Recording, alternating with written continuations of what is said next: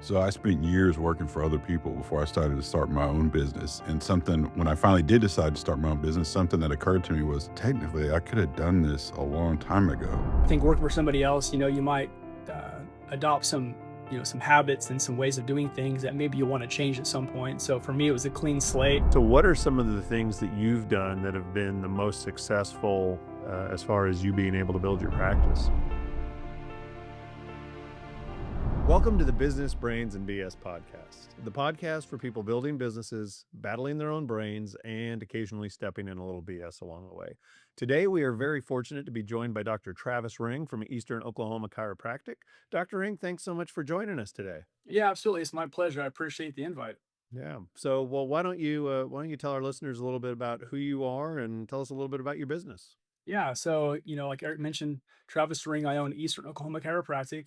Been in business since February of 2010. So, celebrated 16 years. I've spent the last 10 plus years in the city of Broken Arrow. I operate kind of a general family chiropractic office. We take care of people from birth through the elderly and everywhere in between. We always say we want to help patients feel great, live pain free, and maximize their health potential. We take care of people for chronic pain like neck pain, headaches, and back pain. Take care of a few motor vehicle accidents along the way, excuse me, as well as pediatric patients too. So, really, I feel like everyone should have a chiropractor in their back pocket because you never know when those aches and pains will pop up. Yep. No. So you got them from cradle to grave. It sounds like. Cradle to grave, yes, and everywhere in between. There you go. Talk to us a little bit about how you started your chiropractic journey. Did you come out of out of your residency and go and work with another chiropractor? Did you just jump right into being a business owner, just right there on the spot, or what was your progression to becoming a business owner? Yeah, let's backtrack a minute. I like to tell the story of how I got into chiropractic to begin with. So I was in undergrad, going to college playing baseball, and I was majoring in medical and molecular biology. Fancy term for pre med. There's really no end game there except a master's degree or some sort of graduate program. So I was playing baseball. And I had interest in a few different areas. I thought about maybe sports medicine, being an athlete. Pursued that with some internships and kind of some office shadows. I was also interested a bit in pediatrics and in dentistry too. So it was really kind of across the board. It was my senior year. I was actually doing some off-season conditioning and I had a back injury that got me into a chiropractic office as a patient. And so I always say I didn't really find chiropractic, chiropractic found me. I got great treatment there, x-rays, examination, kind of a plan of action, and then he delivered and I felt great after that. So that kind of got me excited about going into chiropractic as a profession. So I moved up to Kansas City, went to school at Cleveland Chiropractic 2006 to 2009. Graduated there. And to get to your question, came out of school and went straight into practice for myself. Okay. So that must have been kind of a big leap to go from student athlete to business owner. So what was that like making that switch? Man, I mean, it's definitely stressful. And I mean, honestly, 16 years later, there's still some anxious moments, but I had a lot of people ahead of me and some, colleagues and I guess mentors that had said, listen, you're going to want to own your own practice at some point. And so if you go out and you become an associate somewhere or an independent contractor, odds are at some point you're going to want to leave. And so I thought, well, let's just rip the band-aid off. And so instead of doing that for 3, 4, or 5 years and kind of getting comfortable, let's just take the step out in faith. And so I started my own practice in 2010 and haven't looked back since. That's an interesting story. So I spent years working for other people before I started to start my own business. And something, when I finally did decide to start my own business, something that occurred to me was, you know, technically I could have done this a long time ago. There was nothing preventing me other than just the willingness to get out there and do it. Um, However, that being said, all that experience working for other people and having a few years in management definitely helped me, when it came time to start my own business. So that makes me wonder. So first of all, kudos to you for having the guts to just go out and do it right out of the gate like that. I'm curious, like, what do you think were the advantages and some of the disadvantages to doing that just straight out of school like that? Yeah, I mean, maybe maybe it's guts, maybe it's ignorance. I don't know, but I mean, I definitely feel like I was able to kind of set the standard for myself from the beginning. I think working for somebody else, you might adopt some habits and some ways of doing things that maybe you want to change at some point. So for me, it was a clean slate. Patient one was a big deal. And so I think the biggest thing is just, you know, getting to design it for myself from the beginning. And I pulled a lot of information and guidance from people that had been doing it for a while to kind of get an idea of what I wanted to do as far as systems and procedures. And I joined a management group, which really had some good systems in place that we could kind of adopt and follow. So I had a little bit of that without actually going into an office as an associate. But yeah, I think the advantage was, getting to kind of call my own shots from day one. The disadvantage was it was all on me from day one. There was no, salary. It was just straight me out hustling. And so I've made a point since day one to meet as many people as I can and, be as active in the community as I can. It kind of embarrasses my daughter sometimes because we'll be out and about and they go, Dad, you always run into somebody that you know. And I go, listen, your livelihood depends on me knowing people. And so I'm sorry, but I'm not sorry. I know people and they know you. And so they got their eyes on you as well. So when you started off, was it just you, or did you immediately bring somebody on for, front desk, billing, that type of stuff? Yeah, I think the first couple weeks I kind of did it by myself, but really quickly in, I hired somebody. I heard somebody say once that it's a cost, but it's more of an investment. And so when that patient calls in or walks in, and if it's you answering the phone and checking them in, Mhm. there's nobody else. It just kind of creates somewhat of a you know, I don't want to say unprofessional, but there's a level of professionalism when there's somebody else there that answers the phone, that vacuums the floor, that checks people in and out. So the first couple weeks, kind of getting my bearings, I was definitely on my own, but really quickly into it, I hired my first staff member, and I run a pretty lean office as far as I don't have a lot of staff now. I've got two, and those jobs are kind of separated into like a front desk and more like a back office. But yeah, I hired one pretty quickly in the process. Yeah, and I think that that was a smart move on your part for a number of reasons. Obviously being able to identify those things that aren't gonna, put money in the bank account, and hand those off to somebody else so you can focus on growing the practice was a really, really good decision. So, how big is the practice now? Yeah, I mean, are you talking like, employee Like number of size? patients? Yeah, Yeah. so we see, um, 40 to 80 a day, and it kind of varies, so kind of that mid, I guess, low to mid 200s is kind of our average. Um, Mhm. we've got some great weeks and, we see a lot of patients on kind of a cycle or a rhythm, maybe every other week or maybe every 3 or 4 weeks. So we have some weeks where it all kind of lines up and we have kind of a heavier patient week, and then there's weeks in which they're all off the schedule. So but usually on average, we're kind of that low to mid 200 patient visits per week. So you were talking about being out and about and running into people, which got me thinking. Growing a business is a ongoing journey, right? It's not like you just go, okay, I can stop trying to attract more customers, clients, patients, whatever you want to call them. So, what are some of the things that you've done that have been the most successful as far as you being able to build your practice? I mean, for me, it's the biggest thing is the face to face and the hand to hand. So, getting in networking groups. I joined a BNI chapter. It's almost been 14 years, I think, and so that Mm. was a great way for me to get around other professionals and kind of almost hire an extended sales team of people who, when they hear about someone needing chiropractic, I'm in their group. They know me. They see me. They're going to think about me. I joined the chamber. I was pretty active there in Tulsa when I was practicing in Tulsa, and then now I'm active in Broken Arrow as well. The chamber's good. Again, business owners like to do business with other business owners, and so kind of being one of the few chiropractors in the chamber, I think is important. I never really got into a lot of the big budget advertising as far as phone book and billboards and stuff. I just didn't really have the budget for that, and I didn't really want to work on just throwing money out for branding. I've done some social media along the way, Facebook, Google. Doing some Instagram too, and that's good as far as people are out on social media, and they'll often ask for recommendations and hey, who do you see for this? And so being present there with posting and also doing some ad spin, I think is important too. But I think the biggest thing is just meeting people, meeting business owners, identifying who is in your kind of industry association that you can kind of work with as far as getting referrals to and from, and cultivating those relationships and building that network. Yeah, when I think about you, I've known you for a few years now, and yeah, I would describe you as one of the best networkers I know.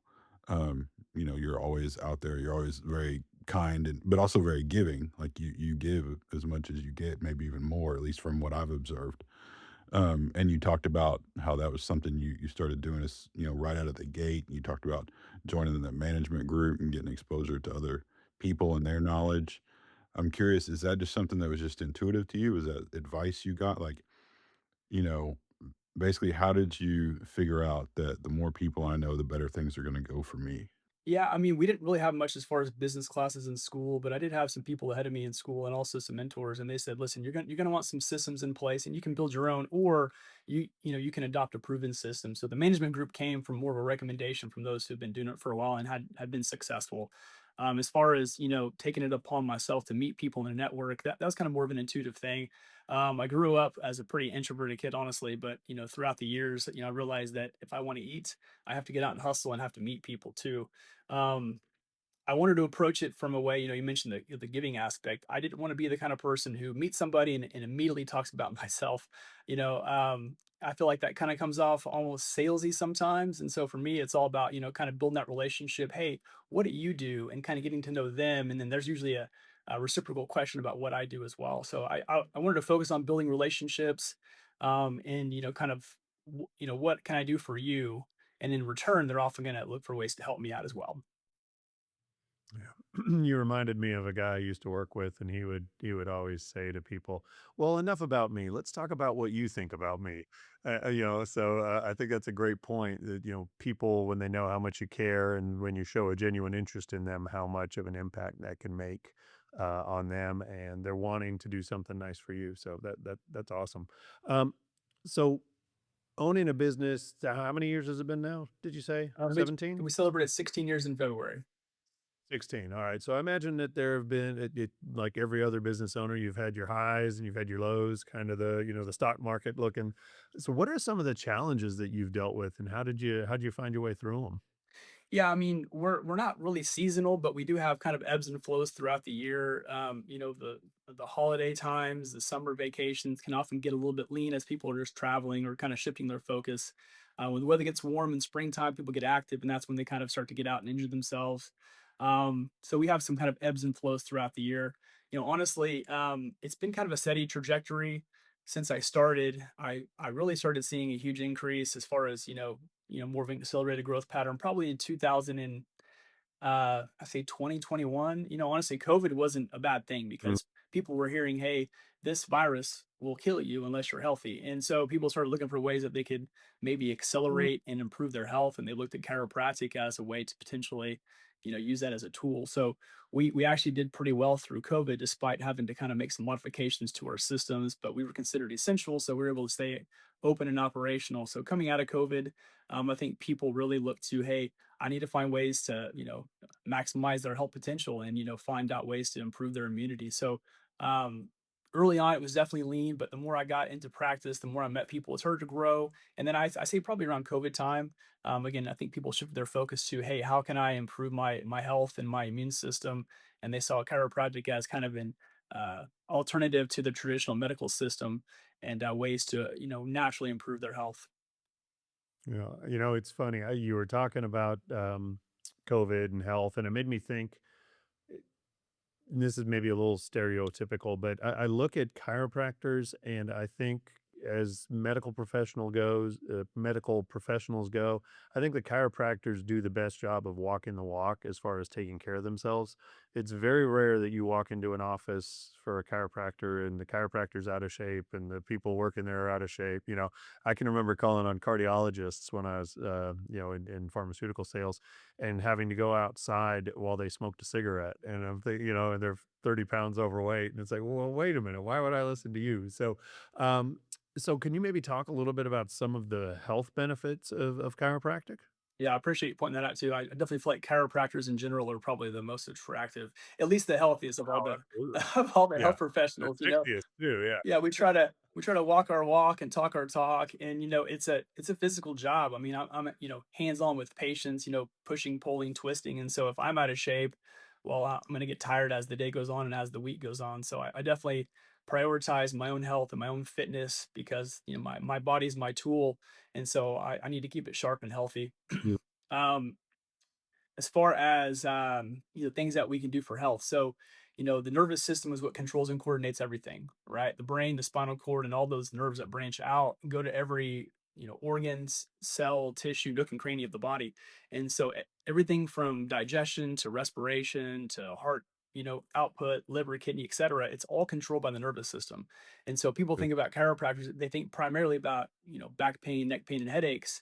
And, for good reason, because we're really effective at treating those, conditions. But the biggest thing is that we're looking to maximize people's health. And we know that when we make an adjustment, there is a direct increase in the nervous system function, which will help just increase the body's function overall. We say that the power that made the body heals the body. And so we're not really doing anything except just giving the body the least resistance to doing their own job. And so, spinal misalignments can often create what we call subluxations, which will often create some nerve, interference as far as the communication. And so when we take pressure off that nerve and we allow that nerve to flow and function and communicate to that end cell, that end organ, whatever it is, we know that the body is designed to be functioning at a at a high capacity. And so if we can just remove that interference, we will see it do its job.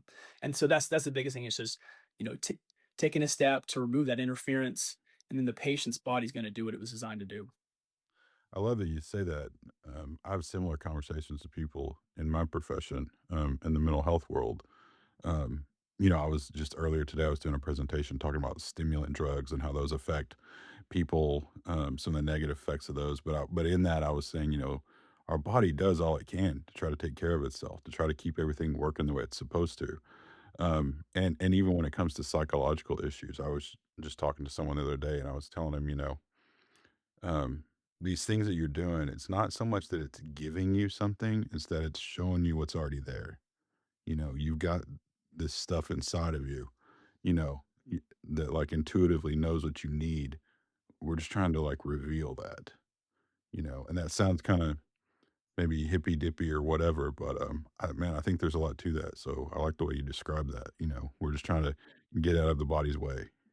Yeah, there's a whole lot of processes that happen without us knowing it. We eat food, we don't think, oh, I got to digest it now. No, the body just goes into digestion mode. And so if there's a nerve interference that's causing the brain spinal cord connection to the stomach to be not functioning right, well, maybe there's going to be, acid output that's different or wrong. So, if we just remove that interference, the body is going to do what it was designed to do, and the communication's there. So yeah, for us, it's just, you know, m- making the adjustment, setting the course on health, and then getting out of the way, because again, the body was designed to do what it's supposed to do.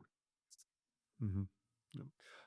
So let's transition back a little bit more to the business. So you are a business owner, you have employees, and they've been with you for a pretty good amount of time, if I remember correctly. So, um, I guess what's your leadership philosophy? How do you keep your staff engaged and excited and active and basically how do you retain them and keep them there so you don't have to go find somebody else? Yeah, I mean, I think for me, I'm definitely blessed with good staff that enjoy their job, and then they enjoy each other. They stand just a few feet apart from each other, day after day, week after week, and so they've become friends. They actually refer to each other as best friends, which I think is cool.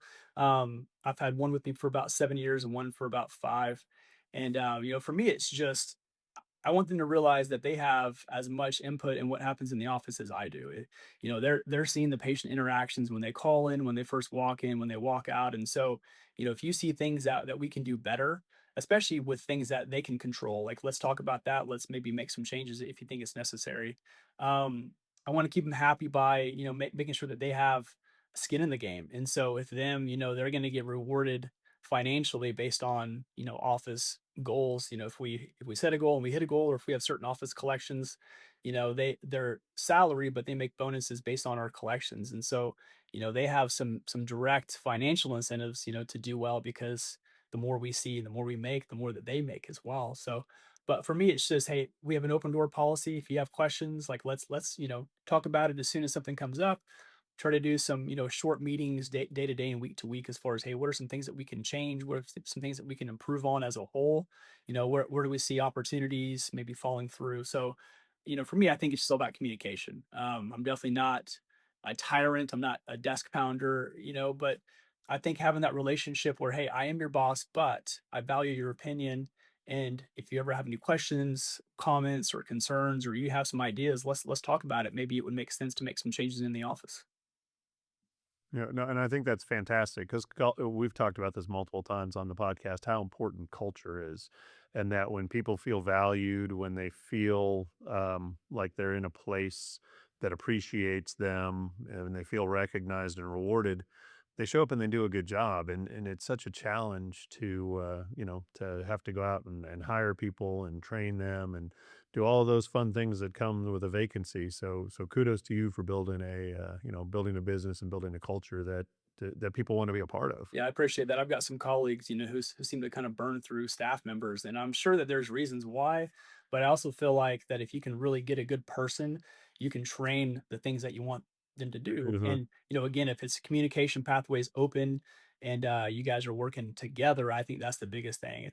You know, it's expectations and it's inspections, and it's like, hey, this is what we're gonna do together, versus it me being, hey, I'm the boss, you're the employee, you do what I say, etc. I think it's, you mentioned the culture aspect, working with them and then working with me.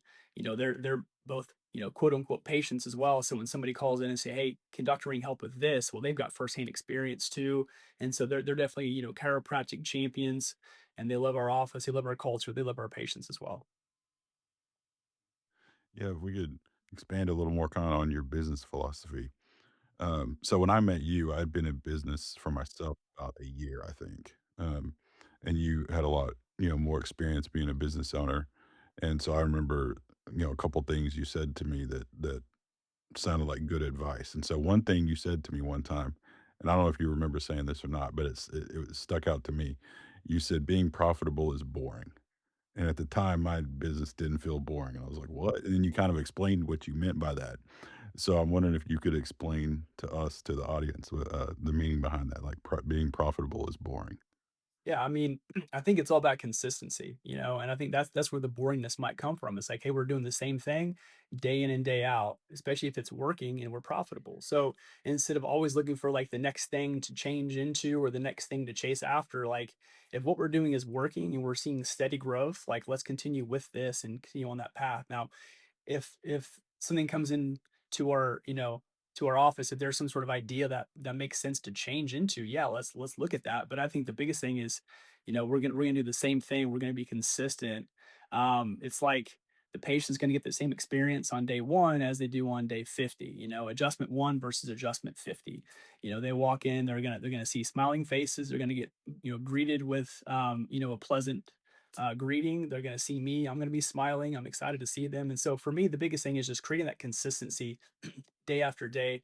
What I do is pretty uh, repetitious, but every person that walks in is a unique individual. And so I found ways to say, hey, yeah, I'm adjusting 60 necks a day, but every neck is attached to a head that's a unique brain with a different person. And so I find ways to keep it fresh. But yeah, the biggest thing I think is, if you find something that works, like keep doing that, even if it feels like it's repetitious. It's working for a reason, so stick with it.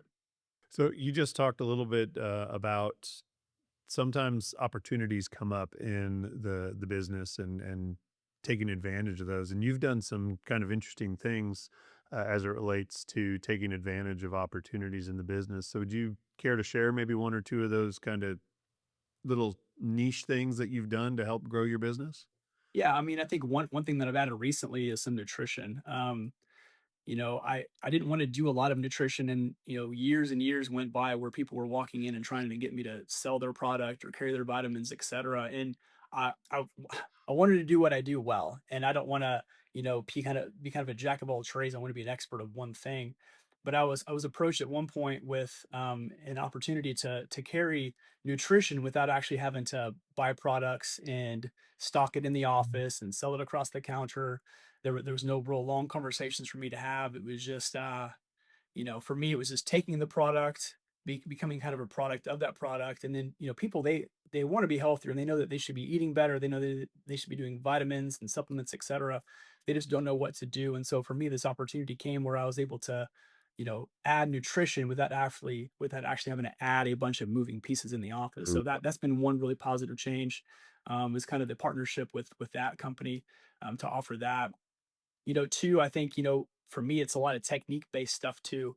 If I'm able to learn a different way to adjust or, get better at my craft, I think that's important too. So I think a lot of times doctors can kind of get into a rhythm where, hey, I'm just going to cruise control, but I'm always trying to learn new things, whether it's, a new script for a certain situation, or maybe it's a new technique to learn as far as treating a certain condition, or treating a certain body part. I'm always trying to advance my skill level, and try to continually evolve into the person that I want to be and the doctor that I want to be.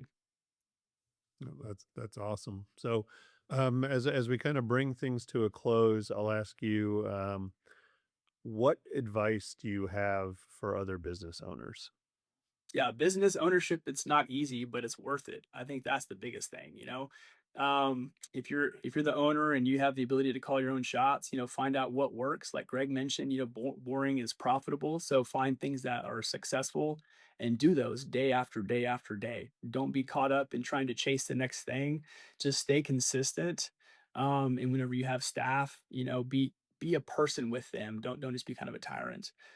It's fun though, because I have the ability to, make my own schedule to a certain extent. I work far less than some people do in different industries, and at the end of the day, I'm able to provide a service that I feel like is valuable to people. So, for me, it's just, if you're in business for yourself, there's a reason why, and find out your why. Honestly, like what gets you motivated and excited, and really lean into that.